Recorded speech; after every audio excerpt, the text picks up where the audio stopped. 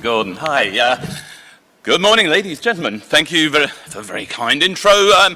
I'll spend the next 25 minutes giving my trenchant views as to what I think you should be doing, and I'll show you a bit of new data, and please let's engage afterwards in questions. So what do surgeons need to know? I'll invoke... There are known knowns. There are things we know we know. We also know there are known unknowns. That is to say, we know there are some things we do not know. But there are also unknown unknowns. The ones we don't know, we don't know. He's right. So, when it comes to sepsis, there are no knowns, the things we know we know. Patients who are identified and treated earlier generally do better than those that aren't. We've got the known unknowns. We know there are things we do not know. How best to recognize sepsis, how best to treat it, what are the precise mechanisms causing multi-organ failure. And we also have the unknown unknowns. I've just put them there for, this is interesting, I won't go into them any further. But why are some people affected more than others? Oh, genetics, it's much more than that. And I think it's a really interesting question.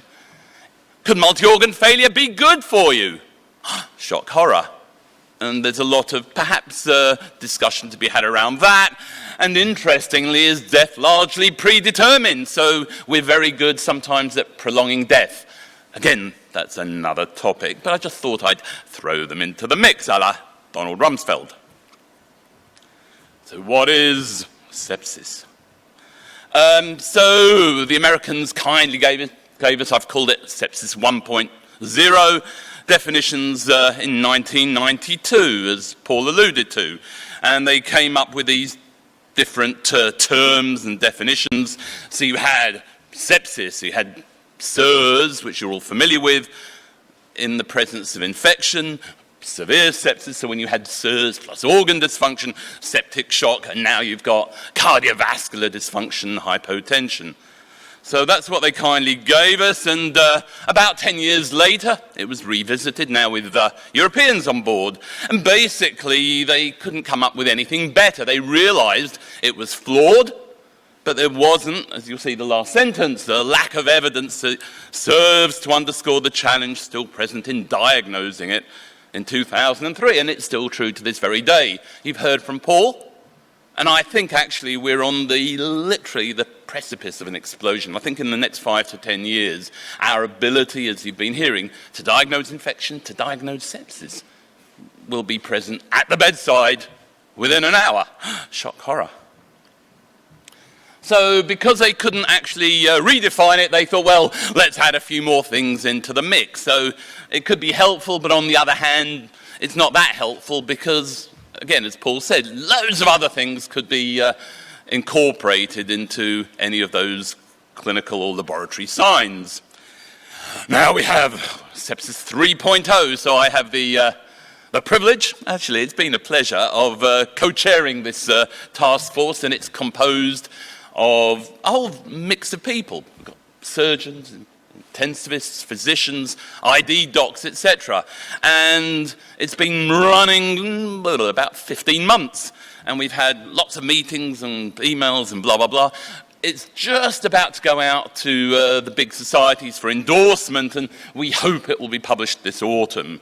So watch this space. But I'll give you a little bit of flavour. Again, these are recommendations. They haven't yet been endorsed. But I think to give you a flavour of where we're heading. Everyone, there was sort of unanimity of view, of thought, that the host response is key. I can inject all of you with E. coli right now, same dose. Some of you would laugh it off, some of you would become moribund. So it's how you as an individual respond. And it's not just systemic inflammation.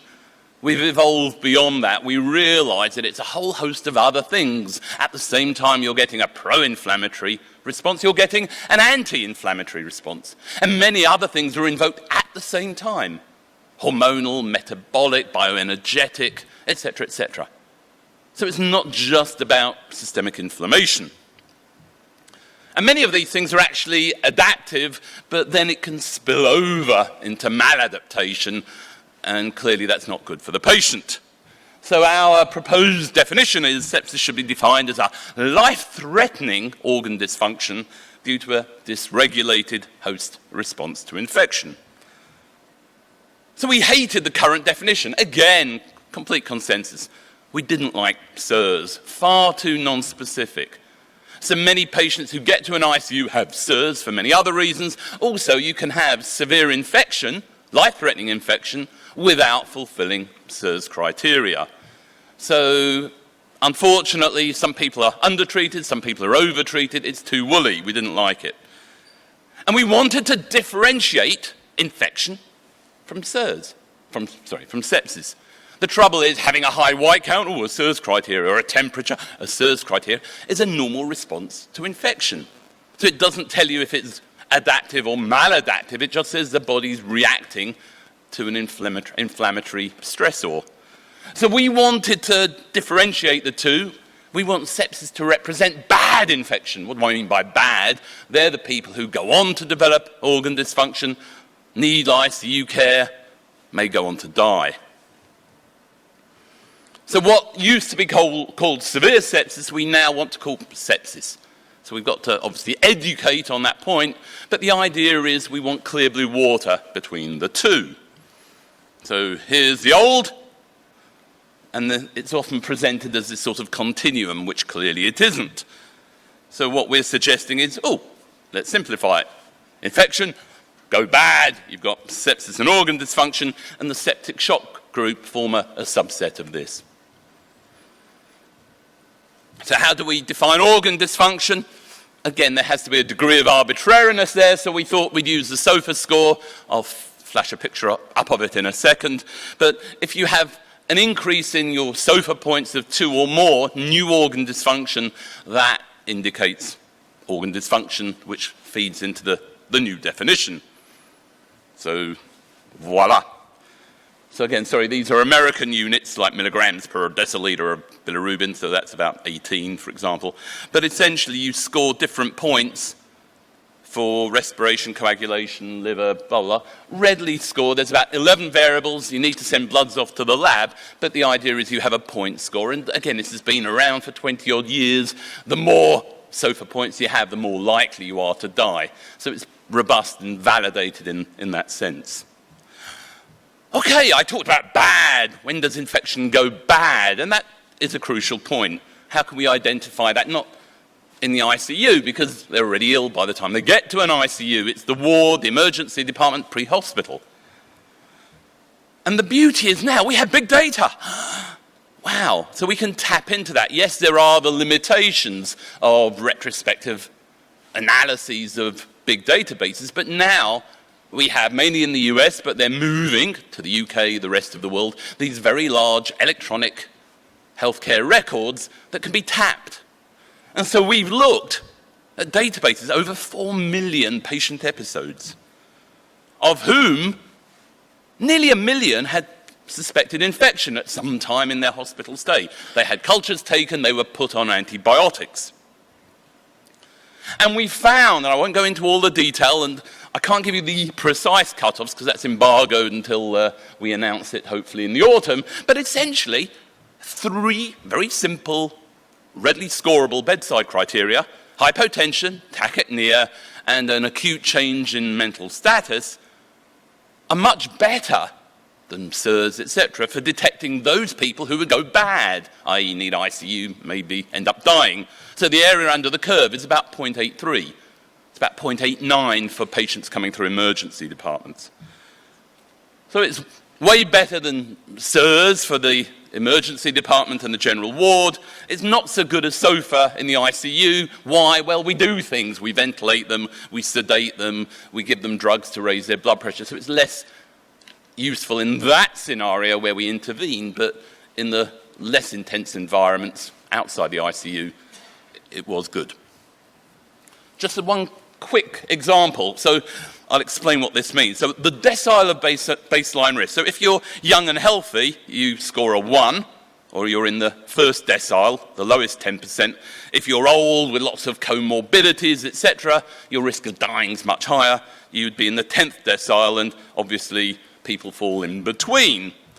So if you look at scoring 2 or more points for SIRS, SOFA, or this quick SOFA, we've called it for the time being, your risk of going bad, dying, for example, goes up about 70-fold with the new system, whereas SIRS, it's about 5-fold, 10-fold. And so, obviously, as the comorbidities increase, the age of the patient increases, etc., the risk of dying if you have 1, 2, or 3 of these quick SOFA type criteria increases. So you double your risk if you just score 1 in the presence of likely infection. 2, you double it again, and 3, you can see you can have up to a 30% chance of dying. So it's quite significant for that patient. Okay, let's move on to management. So I'll give you my views. I'll preface it with a few comments. Sadly, the evidence base for most of what we do is, sad to say, rather poor. We all have our biases, our prejudices. So we pick and choose what we like and ignore the rest, either for dogma or convenience. You have all these experts telling us what's right, but they too have got their biases, their prejudices. And sadly, we rarely read and critically appraise the literature. We hear the headlines or we see them talked about, they must be true, but delve into the paper and you can sort of massacre virtually all of them. And lots of stuff is written. This is my output. So what is truth? And I think that is the challenge. What is truth? So we have to try and sort out the wheat from the chaff and try and work out what is real fact rather than supposition. I like this book, Freakonomics. The author, Stephen Levitt, said, conventional wisdom must be simple, convenient, comfortable, and comforting, though not necessarily true. I think it's absolutely right. So Paul alluded to guidelines, and these tell us what to do. Unfortunately, they use the grade system to assess the quality of evidence. High A, low, very low D, and the recommendations, the strength were grade 1 for strong and weak 2. And as you can see, there wasn't very much in the way of grade A, strong recommendations. And if you look, they're not really to do with sepsis, they're to just do with any sick ICU patient. So it doesn't really help us in terms of the evidence base as to what we should be doing. So we have bundles of joy, telling us this is how we should do it. I'm not a believer. I'll put my hand up immediately and say one size cannot fit all. Again, it's based on bias and supposition and how you select the literature to basically defend or support your argument and avoid those bits that you don't like that are inconvenient. There was a 24-hour bundle, and now that's been discredited and abandoned. And now the 6-hour acute resuscitation bundles under scrutiny. There have been 3 large studies of early goal-directed therapy that haven't shown over good standard of care that there's any benefit. However, they are useful as a guideline, a prompt. I don't like rigid rules of stones, protocols, we have to do it this way. Again, I'll keep emphasizing this message. We need to use our brains rather than our brain stems alone. So they are useful as a guideline, a prompt, but you shouldn't be scared to deviate, provided you can justify your course of action. It means you've thought about it and you've thought why you're deviating. So it's all about common sense. So what do I do? Well, if it's infection, think, is the patient bad, as I described earlier, or perhaps at risk of going bad? They might present to you in a bad way, and then you think, hey, could their badness be related to infection that I haven't previously thought of? Again, many patients present in unconventional ways. They don't follow the rule books. And if they're not bad, they may not need an antibiotic. Completely endorse Paul's points about antibiotic stewardship. We don't have the problems they have in mainland Europe, the USA, etc., because I think we're careful about antibiotic use. It's creeping up, it's creeping towards increasing resistance. At the moment, we've still got options in this country. So they may not need an antibiotic at all. take out infected lines, watch them closely, see how things evolve. But if they are bad, you need to jump on them. Seek help, input early on. Your microbiologist. I think, again, you may not realize, but in this country, we're blessed with actually a very good interaction with microbiology that many countries do not have. So we do have 24-hour availability of microbiology in this country. Seek their help. Obviously, the ICU teams, the outreach teams, etc., to get on top of the patient quickly. They're identified, they need to be jumped on. So take your appropriate cultures and all the other fancy tests you can appropriately do, and give an appropriate antibiotic to cover the likely organism. And that doesn't mean an antibiotic beginning with M. There are many other options. Paul showed the Kumar data. Again, I can trash it in discussion time, or I'll happily send data. But the evidence base that each hour matters, each hour's delay kills patients, is incredibly weak. And it's, unfortunately, it suits the propaganda. On the other hand, you want to avoid excessive delay. So in my view, you should aim to treat within 4 hours. You don't have to wait 4 hours. Oh, I've got 4 hours. Let's go and have a coffee. Treat the patient. But rather than jump in and throw things at the patient, find out what best to do. Ring up your microbiologist. Hey, what should I be treating? What should I be using? Etc., etc. So you have got time. It's not every minute, every hour is that crucial. And source control there. Homage to my colleagues at UCH. The surgeon is really important for repairing the hole, draining the abscess, the interventional radiologist, removing infected lines, etc. So source control is arguably as important as antibiotics, if not more important. If you don't get rid of the source, antibiotics aren't going to work. Moving away from the antibiotics, clearly resuscitation's key, and the ABC, resuscitate them promptly, is key. So give them oxygen. Again, like anything, you'll hear about fluid in a few minutes. Don't drown them with oxygen. There's now increasing evidence that too much oxygen's bad, but clearly get them adequately saturated. So unless they've got, really severe type 2 COPD, etc., where you're worried about giving them oxygen, a tiny minority of patients, the majority give them enough oxygen to get them adequately saturated, 95, 98%. You don't have to poison them with oxygen. Fluid! Not too little, but not too much. And when you need the other things, call for help. Much as, God forbid, I should tell you how to do an anastomosis, I don't expect you to know how to use a ventilator. So, again, call your colleagues in and get help, just as I'd call you in to help me if there needs to be a surgical intervention. What fluid? Karl Marx said, religion's the opium of the people. Personally, I'm not too fussed. I sit on the fence. Doesn't trouble me what you use. Again, people get very heated about this in pro-con debates. Oh, colloid's better. No, it's not, blah, blah, blah. If you look at the data, all of the studies are flawed in different ways. I think probably a lot of starch, maybe a lot of gelatin's likely and more likely to be detrimental. But an appropriate amount, I think the evidence that it's really bad for you isn't there.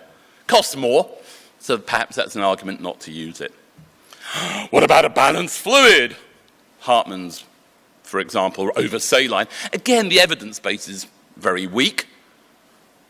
Clearly, if you're giving loads and loads of saline, you're giving lots and lots of chloride, and the patient can become acidotic from the hyperchloremia. And then everyone goes, oh, they're acidotic, give them more saline, making it worse.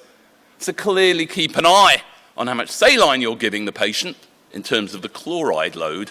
But generally, the evidence that one is better than the other, again, isn't that strong. And at the moment, there's no strong case for albumin. How much fluid? Again, what the patient needs. There's no magic number, no magic formula. People talk 10 to 20 mils a kilo, get the CVP to a certain amount. These are neither proven nor absolute. The challenge is to avoid hypovolemia, but at the same time, don't drown the patient. And the problem is, even previously young and fit people can develop a very profound myocardial depression with their sepsis. So essentially, they're acting like they've got heart failure. And give them too much fluid, that poor depressed heart won't cope, and they'll go into heart failure and die. And we blame the infection, whereas perhaps we need to look closer to home. So again, don't deny them the fluid, because that's equally bad. So it is difficult to chart that route between sort of Scylla and Charybdis, where we keep sailing and don't hit the rocks. What we do, our practice, which I commend to you, again, I can't give you an evidence base, but it's more intuitively logical, give repeated challenges, little and often, and look at the response. If they're sick, you don't want to, give them a litre or a couple of litres, I'll come back in a few hours. No, you want to see how they do with your treatment, check the response, review. So repeated aliquots of fluid, look for the response. Do they need more? Yes, give them more. Have I given enough? Then stop. And again, there are different ways of looking at that. It's a different lecture. But again, you can assess the challenge phenomenon. Has the blood pressure improved, urine output, etc., rather than just whacking in a litre of fluid and disappearing. How do we know they're adequately resuscitated? Again, we're struggling. All are a bit non-specific, all are imperfect.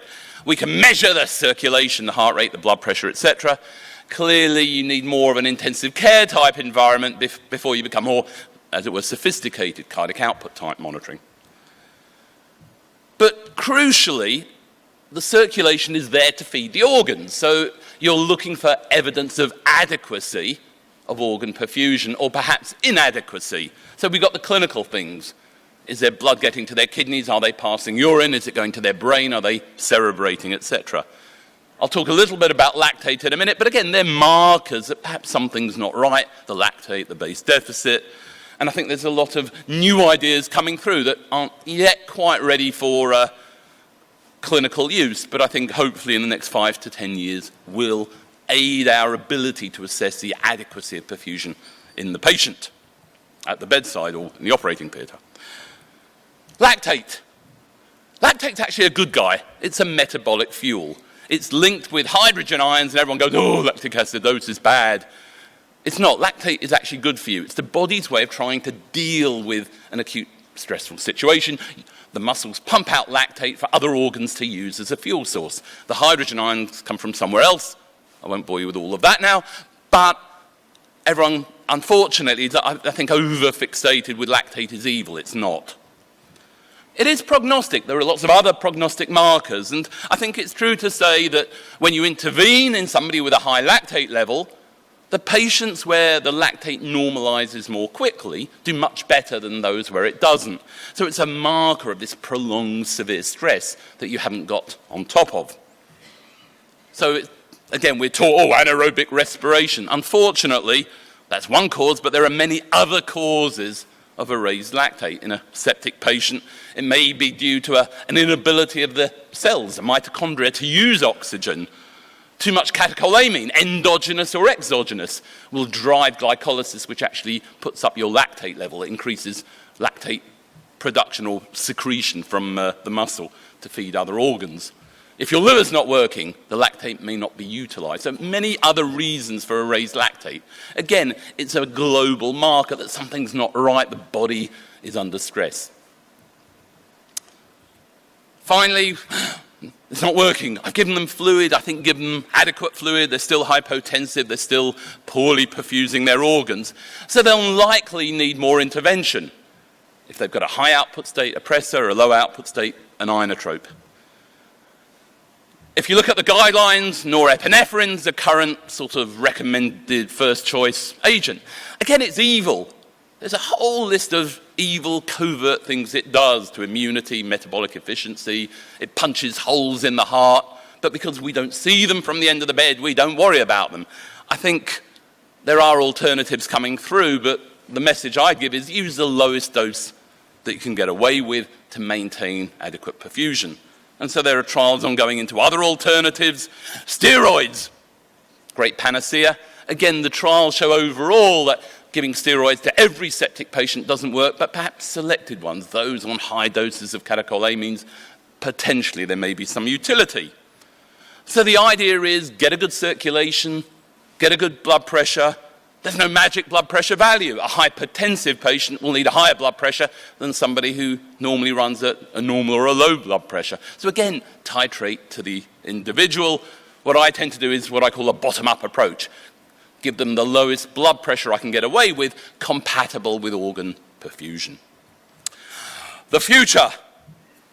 I think, touching on what Paul was saying, I think diagnostics, and there'll be point-of-care diagnostics, and there'll be de rigueur within the next 10 years or so, will have not only an earlier, but a better identification of who to treat, when to treat, and how to treat them in terms of dosing, timing, duration.